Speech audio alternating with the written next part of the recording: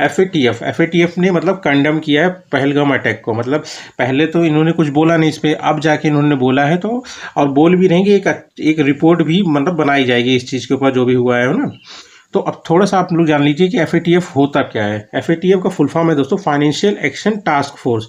ये एक inter governmental body है। इंटर गवर्नमेंटल बॉडी मतलब डिफरेंट जो गवर्नमेंट है कंट्रीज़ की, बहुत सारी कंट्रीज़ की, वो सब मिल के बनाई है, ठीक है।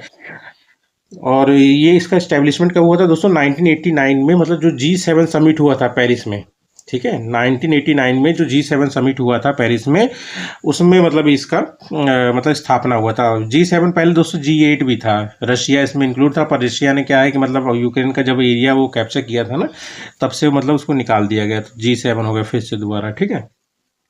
ऑब्जेक्टिव क्या है इसका दोस्तों? ऑब्जेक्टिव सिंपल सा है कि मतलब जो भी मनी लॉन्ड्रिंग है या फिर टेररिस्ट फाइनेंसिंग हो, जो ब्लैक मनी होता है दोस्तों ना, उसका यूज़ बहुत से लोग जो है मतलब टेरर फंडिंग में करते थे। तो वही चीज़ों को मतलब रोकने के लिए, मतलब मनी लॉन्ड्रिंग ना हो, कोई ब्लैक मतलब वाइट मनी को ब्लैक मनी ना करे और उसको टेररिस्ट फाइनेंसिंग ना करे, तो उन सब चीज़ को रोकने के लिए कुछ पॉलिसीज़ बनाना। वो पॉलिसी कौन बनाता है? वो एफएटीएफ है। और ये इंडिविजुअल पे काम नहीं करता दोस्तों, ये मतलब पूरा पर्टिकुलर पे काम करता है। और इंडिविजुअली भी अगर केसेस देखता है तो गवर्नमेंट के बोलने के बाद ही देखता है, ठीक है। हेडक्वार्टर कहाँ है दोस्तों? इसका पेरिस में है। पेरिस में ही मतलब इसका एस्टेब्लिशमेंट हुआ था G7 समिट के दौरान पेरिस में, और यही मतलब इसका हेडक्वार्टर भी है। इसमें टोटल मेंबर कितने हैं दोस्तों? टोटल मेंबर इसके 39 हैं, जिसमें से 2 ऑर्गेनाइजेशन है। ऑर्गेनाइजेशन मतलब जैसे कि मतलब आपका ये यूरोपियन यूनियन हो गया, और GCC गल्फ कॉर्पोरेशन काउंसिल, इसमें गल्फ वाले एरिया आते हैं दोस्तों, मतलब जैसे सऊदी अरेबिया ये सब है ना, ये वाला जो एरिया आ गया, अरेबियन पेनिनसुला वाले, वो वाली कंट्रीज आती हैं। आप लोग एक बार बताइए GCC में कितनी कंट्रीज आती हैं, ठीक है। उसके बाद ये 2 लिस्ट मतलब निकालता है। 2 लिस्ट मतलब ऐसी लिस्ट है, मतलब जिसमें एक में वो बताता है कि हाँ ये वार्निंग लिस्ट पे है इनकी, मतलब ये कर रहे हैं फाइनेंसिंग टेररिस्ट को, है ना, मनी लॉन्ड्रिंग हो रही है यहाँ पे, एक वार्निंग, ठीक है। मतलब और उसके बाद एक ब्लैक लिस्ट होती है जिसमें ऑफिशियली डिक्लेयर हो जाता है कि हाँ ये पर्टिकुलर कंट्री मतलब सपोर्ट करती है, मतलब पूरी तरह से, मतलब है ना।